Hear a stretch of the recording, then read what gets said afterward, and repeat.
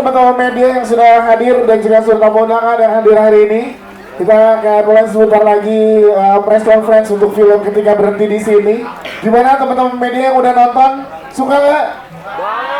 Teman-teman media kena nangis juga? Nangis ya? Ingat apa? Banget ya, ingat orang yang kita sayang ya. Jadi buat teman-teman media yang hadir, sebentar lagi kita akan ngobrol dengan jajaran produser, sutradara dan juga para pemain dari film Ketika Berhenti di Sini, persembahan dari Cinema Group Pictures yang akan tayang tanggal 27 Juli 2023. Namun sebelumnya buat teman-teman media dan seluruh tamu undangan yang hadir hari ini, kita juga mengucapkan terima kasih kepada Xman tentunya dan juga kepada Plaza Indonesia. Tepuk tangan dong untuk Plaza Indonesia yang sudah mensupport film Ketika Berhenti di Sini. Maka untuk mengawali press conference kali ini kita akan mengundang Bapak Zupri Muhammad selaku GM Marketing dari Plaza Indonesia.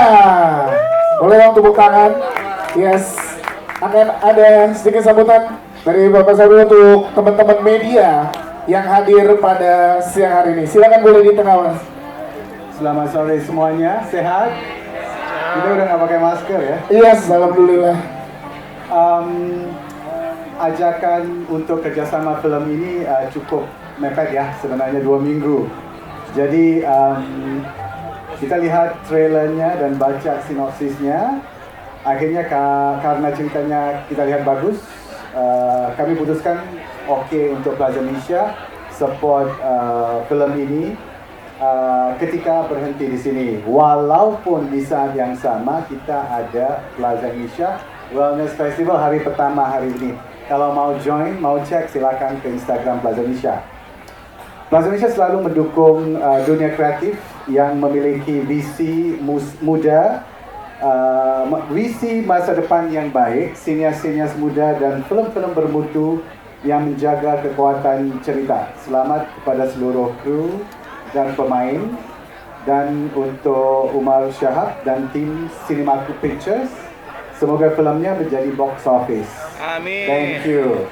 Ya, tepuk tangan dong sekali lagi untuk Bapak Zupri. Terima kasih Bapak Zupri atas supportnya dari Plaza Indonesia. Dan buat teman-teman media juga kami persilakan setelah ini untuk ngobrol langsung bertanya kepada para pemain dan juga sutradara serta jajaran produser yang akan hadir sebentar lagi bersama dengan kita di sini.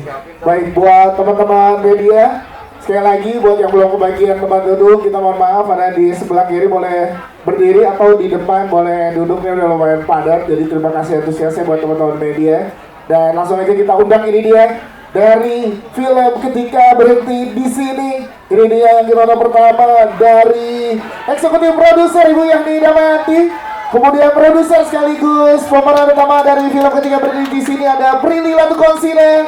Sutradara ada Umar Syahab. Kemudian para pemain ada Brian Domani, Reval Hadi dan juga Lutesha. Silakan boleh duduk sesuai dengan nama-namanya sudah ada. Baik, teman-teman media dan tamu undangan yang hadir hari ini, tepuk tangan dong yang paling meriah untuk seluruh tim dari Ketika Berhenti di Sini. Siap, terima kasih. Rafael. Tapi Reval dengan nempelnya Umay Syahab ya. Rival. Oke. Sabar ya bro. Sabar. Baik, ini menarik sama teman-teman media udah datang hari ini untuk spesial dan juga press screening. Mungkin yang pertama ke sutradara Umay, boleh main ceritain hari ini setelah kita dari 5 kota kemarin juga. Jadi ada dari Surabaya, Malang, kemudian juga ada Solo, kemudian Karawang dan Bandung. Sekarang di Jakarta. Nah, baik, baru aja teman-teman media selesai nonton. Tadi sebelum ada teman-teman kita juga sempat tanya. Sekarang kita tanya lagi, gimana teman-teman media? Suka nggak? Nih, tadi pertanyaan kedua kan sama ya. Ada yang menangis? Baik. Ternyata nggak cuma penonton, tapi juga teman-teman media kena ya. Nah, untuk Ketika Berhenti di Sini. Yang mau disampaikan, Umay, silakan buat teman-teman media. Assalamualaikum, selamat sore semuanya. Seumur hidup saya nggak pernah diajarin sama ibu saya untuk bikin orang nangis, tapi alhamdulillah kalau ada yang nangis. Berarti ada yang merasakan apa yang kami semua kerjakan dengan hati, kami upayakan dengan hati. Semoga bisa nyampe ke hati juga. tidak mudah perjalanannya untuk mengerjakan film Ketika Berhenti di Sini, memakan waktu hampir 3 tahun untuk develop cerita, develop kacamata, develop karakter dan lain-lainnya. Semoga bisa works dan berjalan pesan yang pengen kita sampaikan. Itu aja sih dari saya. Yes, Mike. Tapi sebenarnya pengen tahu juga, Mike. Jadi proses pengembangan dan risetnya tuh sejauh mana? Nggak cuma dari cerita, tapi juga dari teknologi yang ditampilkan gitu, Mike. Iya. Silakan, Mike. Jadi untuk riset kacamatanya sendiri, karena kita nggak pengen salah kan, karena mungkin sudah lama atau jarang film Indonesia yang bertema sci-fi atau fantasy romance gitu. Jadi kayaknya ada risk yang harus diambil sama tim Cinemaku, tim development Cinemaku Pictures, dan kita juga riset materinya bareng sama Kak Alim sama tim research and development untuk augmented reality, artificial intelligence-nya cukup makan waktu yang rada panjang dan memang cukup berbelit-belit karena memang materi yang bukan atau belum sehari-hari kita temuin gitu kali ya. Jadi ya memang cukup panjang dan cukup melelahkan, but so far menyenangkan sekali karena kita bahas sesuatu yang memang jarang dibicarakan lagi gitu. Yes, ini sebelum ke jajaran produser dan eksekutif produser buat ke Upay, mungkin kan tadi teman-teman media juga udah selesai nonton dan ada kejutan yang diberikan. Kemarin juga udah di-spill di sosial media, gitu kan? Dari teman-teman media juga boleh dijelasin gimana Mai mempersiapkan kejutan itu. Mungkin di sini ada yang denger, ada yang datang tapi belum menonton nih soalnya. Jadi teman-teman media kan baru aja selesai menonton. Kebetulan kejutannya adalah teman-teman saya sendiri. Iya. Karena kalau jujur aja bukan teman, saya nggak kuat bayarnya ya. Cameo-cameonya mahal kan itu ya. Karena kebetulan teman aja dan semoga mereka masih nganggap saya teman. Karena saya bantuin gue main loh, kalau enggak gue nggak temenan lagi. Ya abis ini nggak temenan lagi.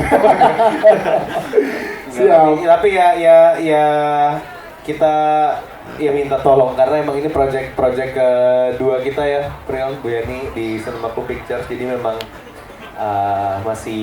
kami masih anak baru yang minta banyak bantuan dan alhamdulillahnya helpful semuanya terhadap project kami dan ya itu sih yang bisa kita ceritain. Tepuk tangan dong buat Umay Syahab. Kita ke Ibu Yani dan juga Prilly sebagai produser di sini, juga Ibu Yani sebagai produser dari Cinemaku Pictures. Tadi Umay sempat bilang baru proyek kedua film Kukrakau Rumah, kemudian ada Ketika Berhenti di Sini. Sebenarnya Cinemaku Pictures ini ingin membawa visi apa sih kepada ekosistem di industri perfilman Indonesia? Ibu Yani dan juga Prilly, silakan. Kalau dibilang ingin membawa visi apa di ekosistem film Indonesia, itu berat banget ya jawabnya ya. Tapi yang pasti sekarang kita berusaha untuk membuka kesempatan ke banyak talenta yang ada di Indonesia gitu. Seperti yang teman-teman tahu, film Kukrakau Rumah, kita juga pakai aktor yang mungkin pada saat itu belum dikenal, terus akhirnya bisa dikenal lewat film kita. Begitupun juga krunya, orang-orang yang bekerja di balik layar juga kayak gitu. Jam kerja dan hak-hak para aktor dan para kru yang kita perhatikan dan selalu kita pikirkan juga. Begitupun juga di film Ketika Berhenti di Sini gitu. Kita pasti akan memikirkan kepentingan aktor kita, kepentingan kru kita, sehingga kita bisa membangun ekosistem cara kerja yang baik gitu untuk industri ini gitu. Membuka banyak lapangan kerja untuk banyak orang. Dan khususnya visi aku tuh pengen bikin generasi muda itu nggak takut untuk terjun ke industri film. Karena sampai saat ini industri film itu dianggap sebagai industri yang tidak stabil, fluktuatif, nggak tahu penghasilannya dari mana. Padahal industri film itu adalah industri yang menjanjikan, dan kalau misalnya kita bisa membuka kesempatan ke anak muda untuk kerja di industri film, saya yakin banyak banget talenta-talenta dan ide-ide kreatif yang bisa ditampilkan pada sebuah film. Karena saya juga percaya film adalah kendaraan paling efektif untuk menyampaikan sebuah pesan. Kita tahu itu dan kita nggak mau take it for granted. Jadi apapun film Cinemaku Pictures, memang kita pengen mengedepankan isu-isu yang memang menurut kita penting. Kayak film pertama kita mengangkat isu soal kesehatan mental. Sekarang kita mengangkat isu soal kehilangan. Bagaimana orang melanjutkan hidup setelah diterpa oleh kehilangan. Apalagi setelah pandemi ini banyak sekali orang yang merasakan kehilangan secara tiba-tiba dan tidak tahu bagaimana cara overcome the situation. Film ini pengen membuat siapapun yang menonton bisa terbantu untuk melanjutkan hidup, karena hidup tidak harus berhenti di sini. Ketika berhenti di sini, kita harus kuat dan harus bisa melanjutkan hidup kita sebaik-baiknya. Jadi itu mungkin. Siap. Tepuk tangan dong untuk Prilly, terima kasih. Bu Yani mungkin silakan ada tambahan kalau dari Bu Yani sendiri untuk Cinemaku Pictures seperti apa? Iya, assalamualaikum warahmatullahi wabarakatuh. Hari ini ketemu lagi dengan produksinya Cinemaku Pictures yang kedua. Ketika berhenti di sini, saya pertama-tama ngucapin terima kasih sama tim kreatif dan tim researchnya Cinemaku Pictures, karena memang research ini cukup lama. Sebenarnya dari awal dibuat ini saya cukup agak worry dengan Umay punya cerita, karena kan sesuatu yang terlalu modern ya belum ada gitu loh. Jadi saya bilang, Mai gimana nyampein ini sama masyarakat nih supaya dia kemakan. Karena kan film itu harus nyampe ya. Kalau nggak dengan kalau di bioskop itu kan beda dengan TV atau serial apapun. Bioskop itu biasanya ada jenjang waktu yang cukup pendek untuk menalin. Makanya saya bilang ternyata ketakutan itu terbantahkan di November. November itu kayak kalau saya ngomong anak senja tuh semesta mendukung. Tiba-tiba salah satu TV itu pembawa acaranya pakai AI ya, pakai AI. Terus ada penyanyi luar negeri itu yang menyanyikan lagu Indonesia dengan AI juga gitu. Jadi tiba-tiba kok semesta mendukung aja gitu loh. Sampai akhirnya di bulan Februari ada salah satu brand besar yang mengeluarkan juga kacamata walaupun jenisnya beda sama kamu. Kebantu banget promonya di situ. Akhirnya kita tidak bisa memungkiri bahwa ide-idenya Prilly dan Umay itu memang idenya yang memang relate sama anak sekarang yang dibilang Gen Z. Mungkin saya udah gen apa nggak tahu gitu. Jadi saya bilang sama mereka, kita mesti ngakui bahwa regenerasi itu ternyata ada. Regenerasi itu dibutuhkan di dunia film karena mereka hidup di generasi yang sekarang sedang jalan. Gitu. Ketika berhenti di sini, sebenarnya kacamata itu pengandaian. Kalau banyak orang yang bilang pandemi itu kan 2 tahun ya, orang banyak banget kehilangan dan selalu saya lihat pengen deh di mimpi itu didatengin ayah, pengen deh di mimpi itu didatengin ibu, pengen ngomong aja karena di pandemi itu banyak banget orang yang tidak bisa ketemu saat meninggal. Jadi kacamata ini sebenarnya pengandaian mimpi, tapi lebih dispesifikasikan lagi bahwa ini bisa dibentuk dengan sosok, lebih sosok. Kalau mimpi kan kita nggak bisa nanti malam mau mimpi tapi dengan kacamata ini kita bisa bilang ya udah nanti jam 2 pengen datengin misalnya Reval Hadi, itu bisa di customize siapapun. Jam Jadi 2 Reval Hadi kan? jam 2 siang. Jam 2 siang, tidur siang lah. Ya jadi pesan saya semoga pesan kehilangan ini nyampe ke semuanya. Ya. Untuk yang menangis hari ini adalah menangis bukan untuk merasakan kesedihannya, tapi semoga merayakan kehilangannya, karena kehilangan itu tidak selalu harus ditangisi. Banyak yang orang setelah kehilangan tahu bahwa orang yang meninggal ini melakukan sesuatu yang paling baik gitu. Jadi banyak kabar baik gitu. Ya, terima kasih. Tepuk tangan dong untuk Ibu ini.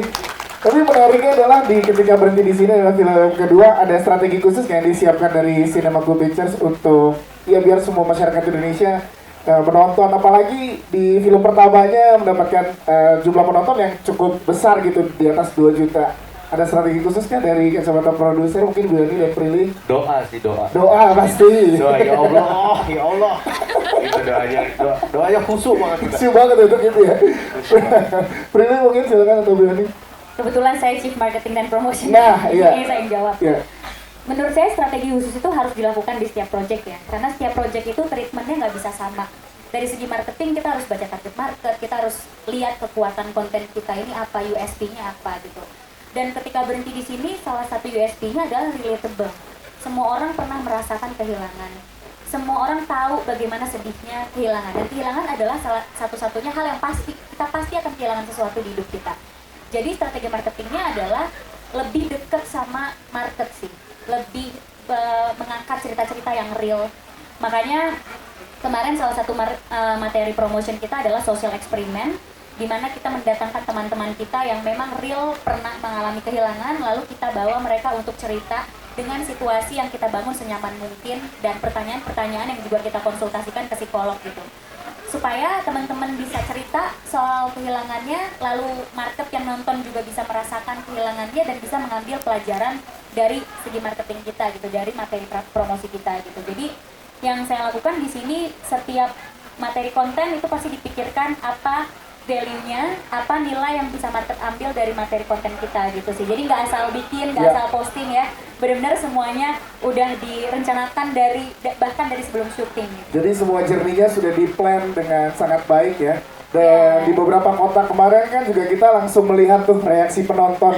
Di 5 kota tersebut banyak banget teman-teman kita yang berbagi cerita kepada para pemain dan juga sutradara pada saat kemarin roadshow. Itu gimana rasanya Bril melihat langsung respon, Umay juga boleh cerita, melihat langsung respon penonton real di 5 kota tersebut, merasakan dan relate dengan kesedihan yang diberikan dari ketika berhenti di sini.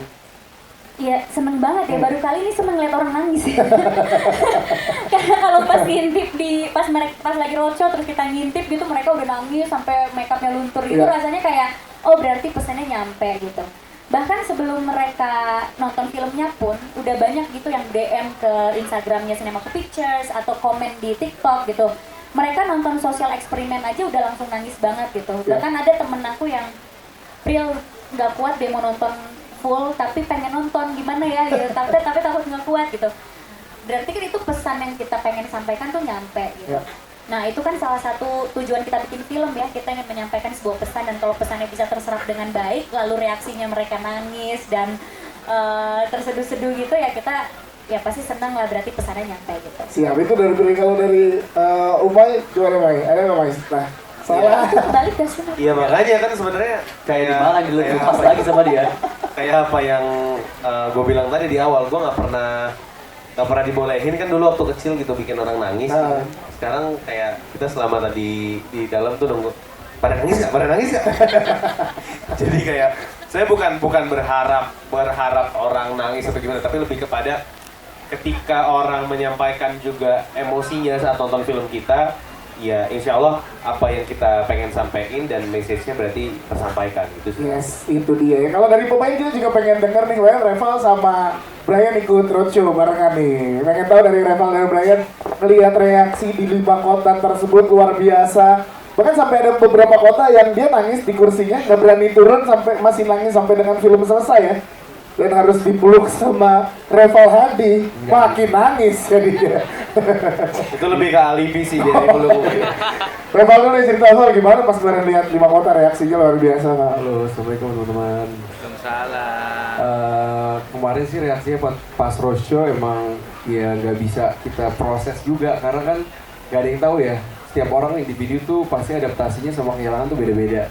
Cara gimana dia copingnya, cara gimana dia deny, atau mungkin cari seenggaknya tuh kita cari cara apapun untuk bisa coping sama kehilangan. Nah pas yang di roadshow kemarin tuh bener-bener dia mau ngomong nggak jadi, mungkin memang sebelumnya kehilangannya terlalu cepat atau mungkin memang terlalu berat, jadi mungkin film ini bisa mewadahi semua emosi-emosi yang sebelumnya kita nggak bisa proses gitu, termasuk gue juga lumayan senang banget sebenarnya dapat kesempatan untuk bisa terlibat di sini. Terima kasih Cinemaku, Bayani, Umay, Prilly, karena memang film ini buat gue kadang gue masih suka lupa gitu untuk nggak apa-apa, untuk kalau mau nangis mau apa, tapi kadang emang susah juga buat nggak nangis, nggak ngejalanin hidup gitu. Ada beberapa hal yang menurut gue kok gue kangen ya kayak gini gitu, bisa lebaran dan lain-lain. Nah itu tuh yang menurut gue film ini bisa membuat gue untuk bisa lebih bersyukur dengan apa yang gue punya sekarang. Itu yang paling penting.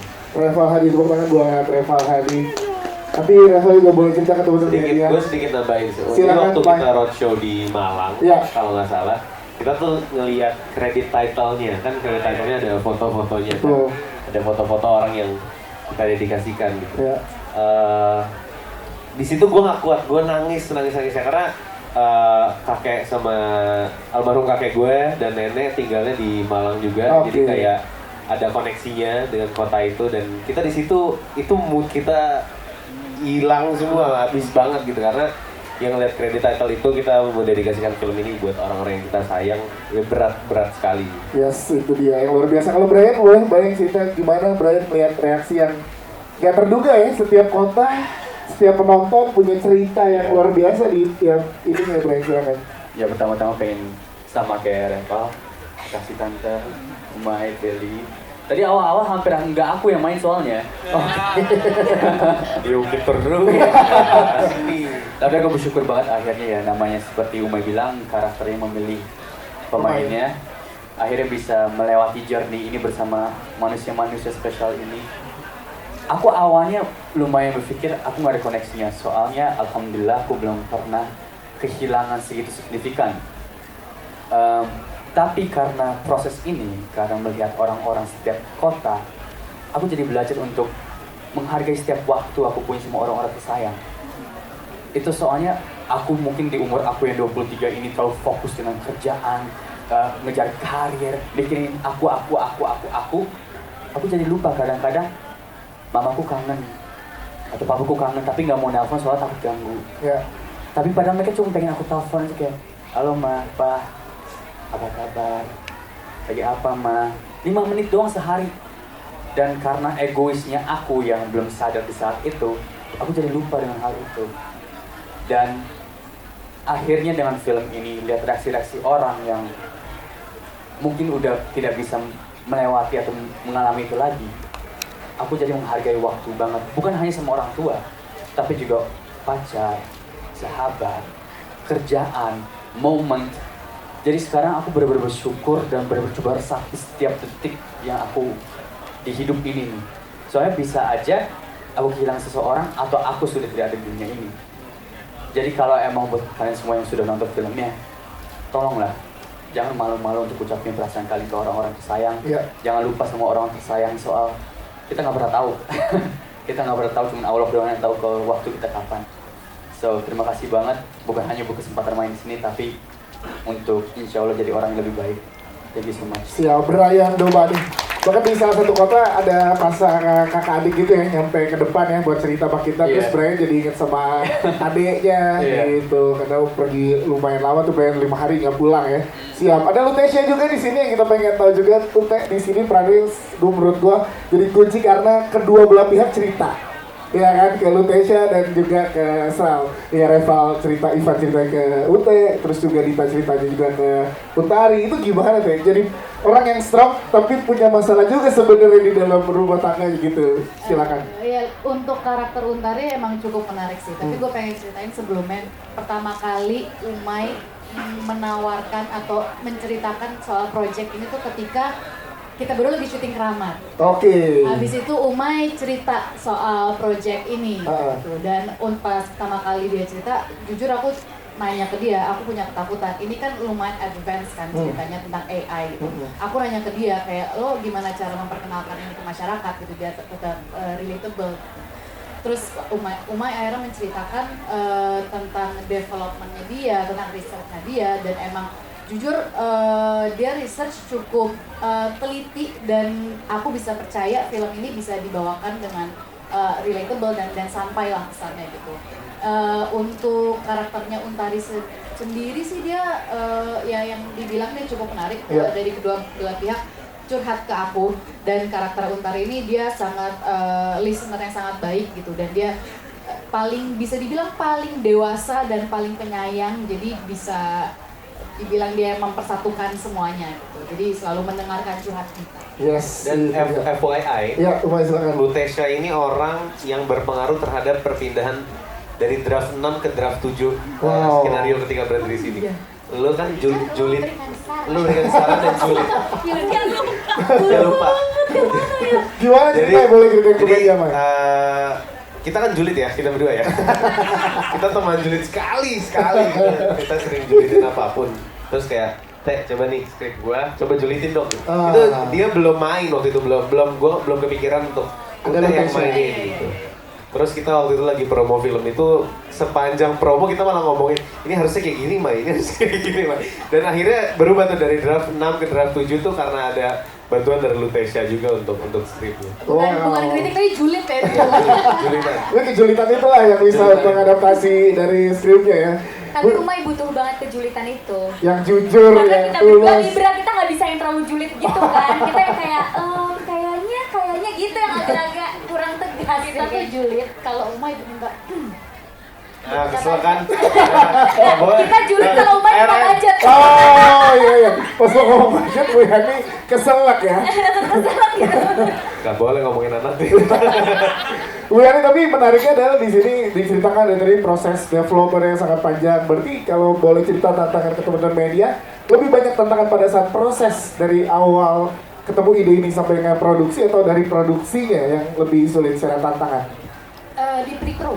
Di pre-pro-nya ya? Malah waktu development cerita itu lumayan cukup panjang karena untuk riset sendiri itu kita punya tim yang kita ajak salah satu mahasiswa S2 di Taiwan yang dia memang spesialisnya itu di majornya tuh di sana kalau nggak salah AI ya. Di sana tuh khusus AI.